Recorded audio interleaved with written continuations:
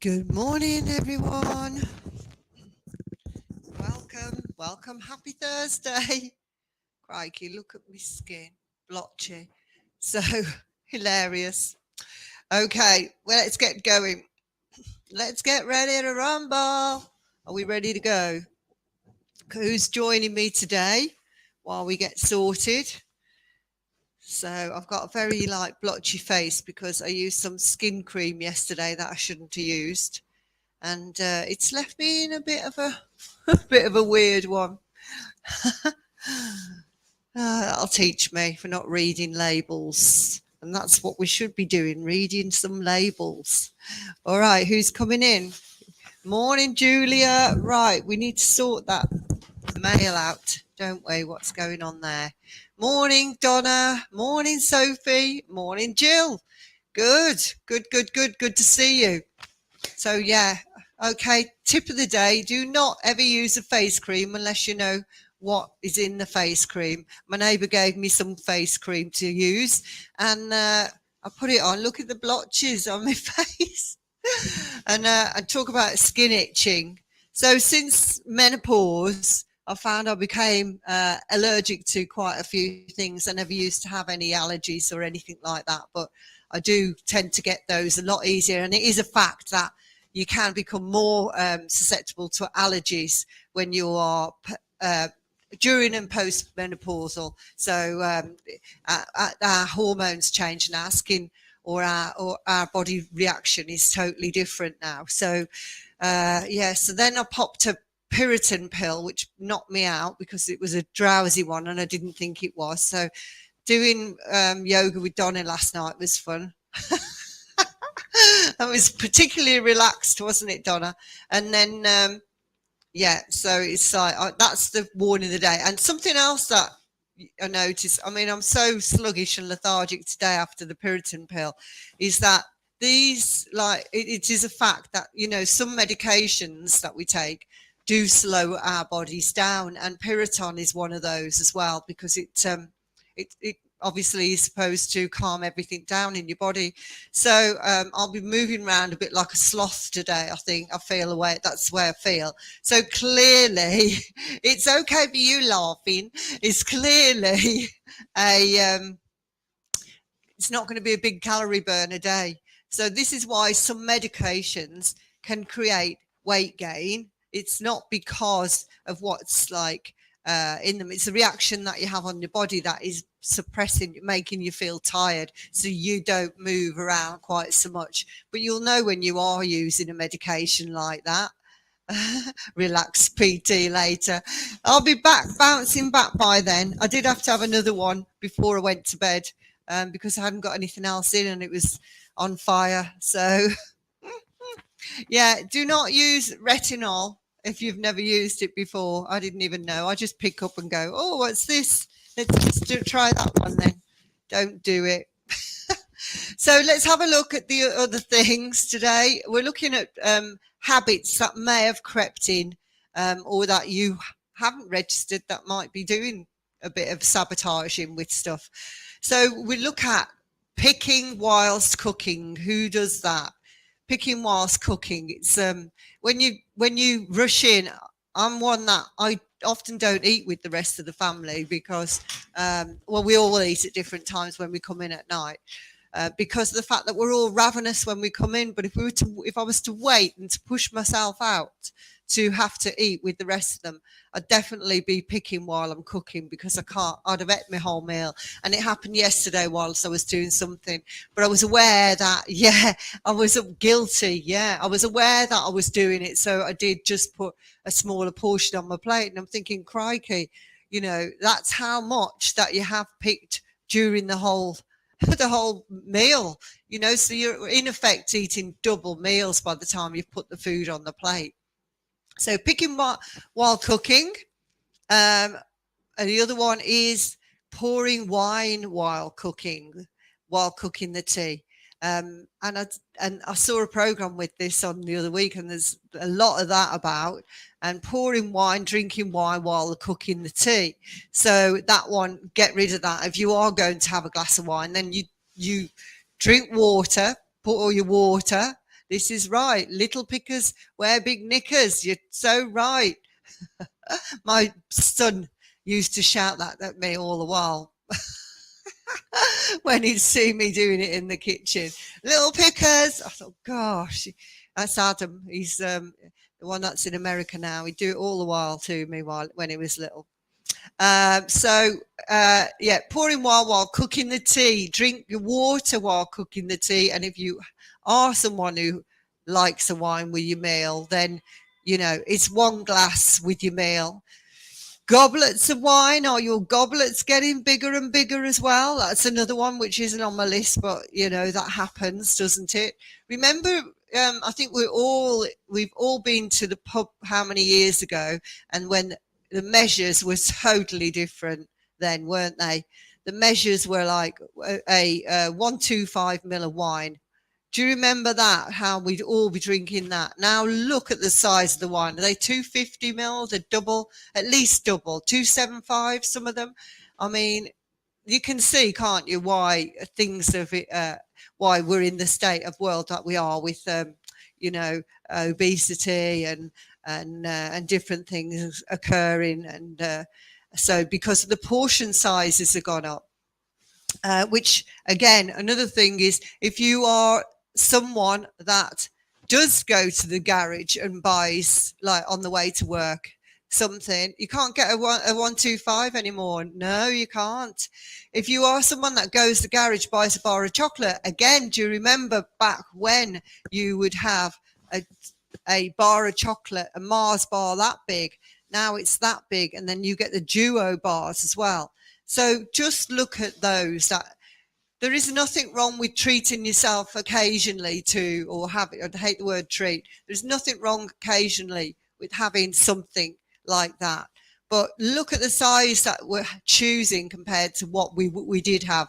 Then look at the size of the crisps. The size of the crisps used to be this big for a bag.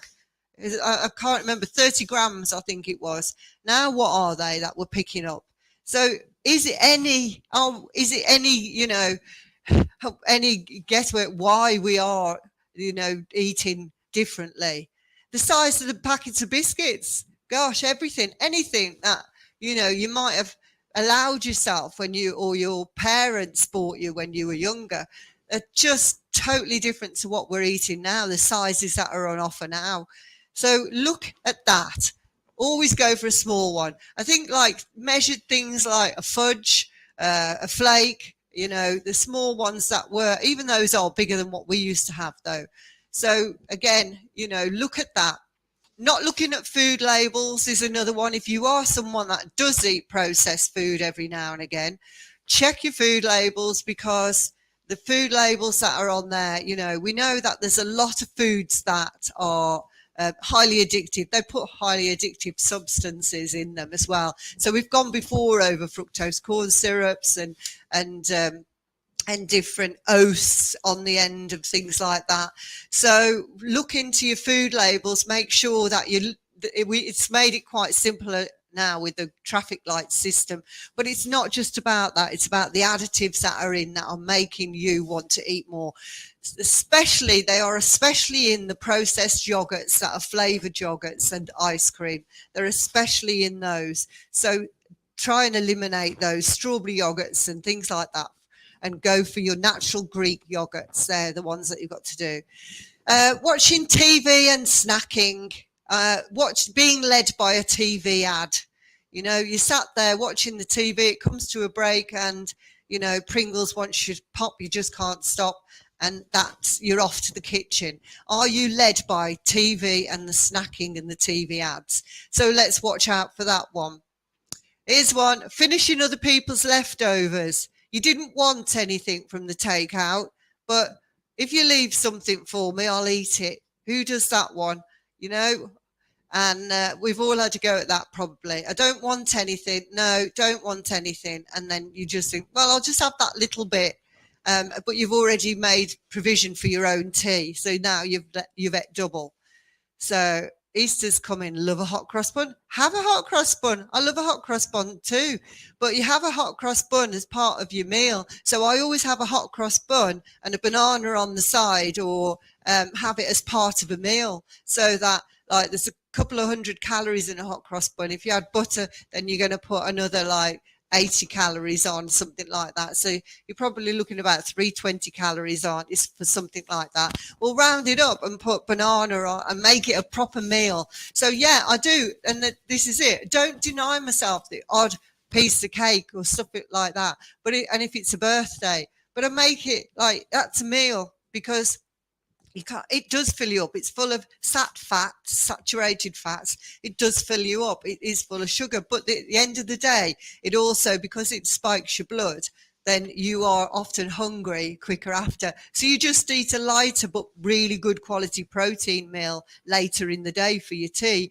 So there's where, you're not, when nobody's asking you to give up things, but you've just got to factor it in that it is going to take you over and beyond your calorie counts, your actual calories for the day. Even if you're not a counter, it'll take you over if you are having that extra on top of your dinner. So look at what you're doing with that. You can have you can have food. Don't like to make a habit of things like that, is like eliminating one meal to have a piece of cake, because obviously you're not going to get the right nutrition in if you're doing that frequently. But every now and again, that's how you fit in what you really do, fancy occasionally. Obviously not skipping meals. This is another one. Skipping meals and then you eat double at night time, because mentally you say to yourself, oh, well, I haven't ate all day today. I haven't had a chance, been so busy on the run at work. And then so mentally you get to the evening and you eat a bigger plate of meal, and then someone says, do you fancy a drink? Yeah, I've had nothing. I can't have touched my calories today. So yeah, I'll have a drink as well. And I'll have that dessert because I've had nothing today. Again, gosh, how often have I heard that one as I've been out with, as I've been out and observed the way that people eat. So overloading the plate, smaller plates every single time. Another one, if you've been brought up to clean your plate, finish your plate, don't do it. Why do it? Just put less on your plate to start with. You can also always eat another meal in a couple of hours. It hasn't got to be. And also, you can also freeze it down, put half on your plate, keep half, freeze it down. Also recognize when you're feeling full though, because certain times when you've left it till you're starving and you've put half on the plate, it can happen, can't it, that you think, oh, halfway through this tastes so lovely, I'm going to go up and get the other half now, and you haven't even finished that half, but you've just thought, right, I'm going to go and get some more, I'm going to go and put some more on the plate, this is nice, off you go, put some more on the plate, but you don't really need it. So I always say, do eat what's on your plate, smaller portion, and if you want to go and have another meal within an hour and a half, you can do it.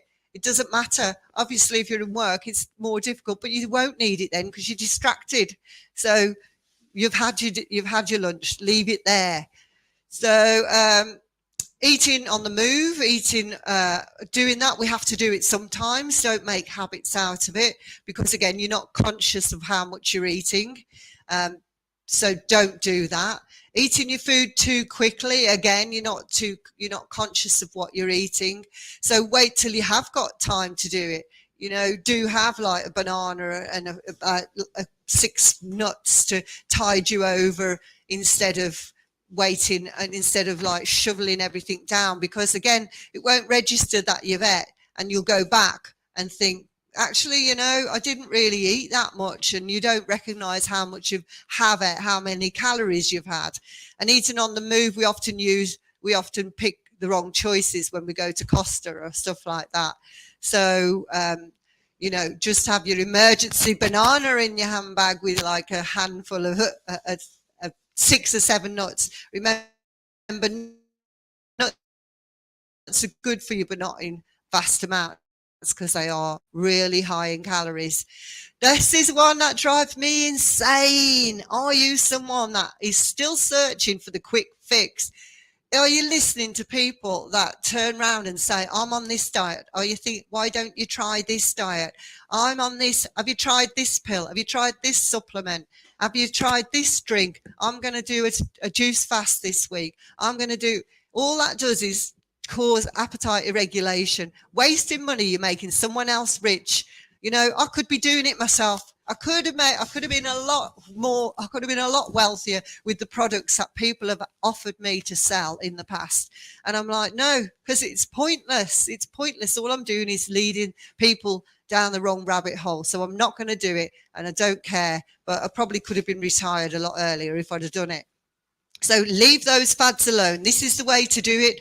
I mean, there are things out there now, and you know, it's getting ridiculous. I actually thought, because I don't get any on my Instagram, I don't look for these things, so I never get these fad stuff. But I was talking about it this morning. There's some, you know, and I am aware of some things that are coming through and I'm not even going to speak about them yet, because it's driving me mad about these things that are doing, and the young girls are trying to lose weight fast with some really dangerous things that are out there, and it's the wrong message that we're sending. And I thought that we were becoming a much better culture at the moment, with girls wanting to build, get fitter. It's on my Instagram, I've seemed to have lots of young girls that want that, which maybe that's because they're starting to follow what I say and follow that as well. But that's the type of people that I see on mine. And that's the right way, that we get fitter. We're trying to build up our muscles to get stronger. And that's what we need to do. We need to encourage that with people. If anyone mentions faddy stuff to you, you kick it out of the ballpark, because it's not a quick fix. Some of these things they're mentioning, you know, are like, you know, that you do this, and they don't realize that once you stop doing that you put the weight back on. It isn't a permanent thing. You've got to change the type of food that you're eating. Full stop. That is it. You've got to do all this that I'm saying. You can have your cake and eat it, but you've got to do exactly the type of stuff that I've just said, how to allow that into your week, not into a day, into your week. So another one, finally, we've got thinking you can out-train a bad diet. You've ate your bar of chocolate, so you're going to get on the cross trainer, or you're going to go walking around to out-train a bad diet. Well, you can't, because you won't, because that diet, again, you'll continue to do that, and you won't be able to get out and work out, for one, and do that 100. You won't be able to eliminate that packet of biscuits that you've had. It'll take a good hour on a cross trainer to eliminate like a few biscuits, I think. So each biscuit, say a digestive biscuit, is 85 calories, I think it is. So 3 biscuits, you know, are going to, you can burn about 100 calories if you are going at it really hard on a cross trainer in 10 minutes. So look how much that's going to make you. You're going to have to really do high intensity, push fast to get 300 calories off. And then what you're going to do then? Probably go and eat some more biscuits. So don't bother even doing that. You've got to adjust on both sides, not just one. You've got to adjust we need to lose a pound of body fat a week. You need to have a 3,500 calorie deficit by the end of the week. So you do that by upping the exercise a little bit and reducing the food bit. So you are meeting that 500 calories just in one way. If you try and do it in exercise, all that does is start to raise your appetite levels, because your body's going like, what the hell? So you do it in both, in moderate, but when you're working out, you work hard, but you aren't you are keeping the food to a certain amount as well. So you're not starving yourself, because you won't have decent workouts if you starve yourself. And you're not doing excessive silly exercise, because again, you'll be too tired to continue that on and on and on. So there you have it. If you're recognizing any of those might be creeping in, then let's stop it now. Nip it in the bud right there. Let's do that. Yeah, supersized snacking, picking leftovers. Yeah. Great reminders and so much guilt. Don't feel guilty. Get rid of the guilt. We don't want guilt. Let's get rid of those negative emotions. This is all about feeling good because we know what we should be doing now. We know. So there you go. Let's have a great day. All right. I'm going to try and shake this lethargy. See you later. Have a good one.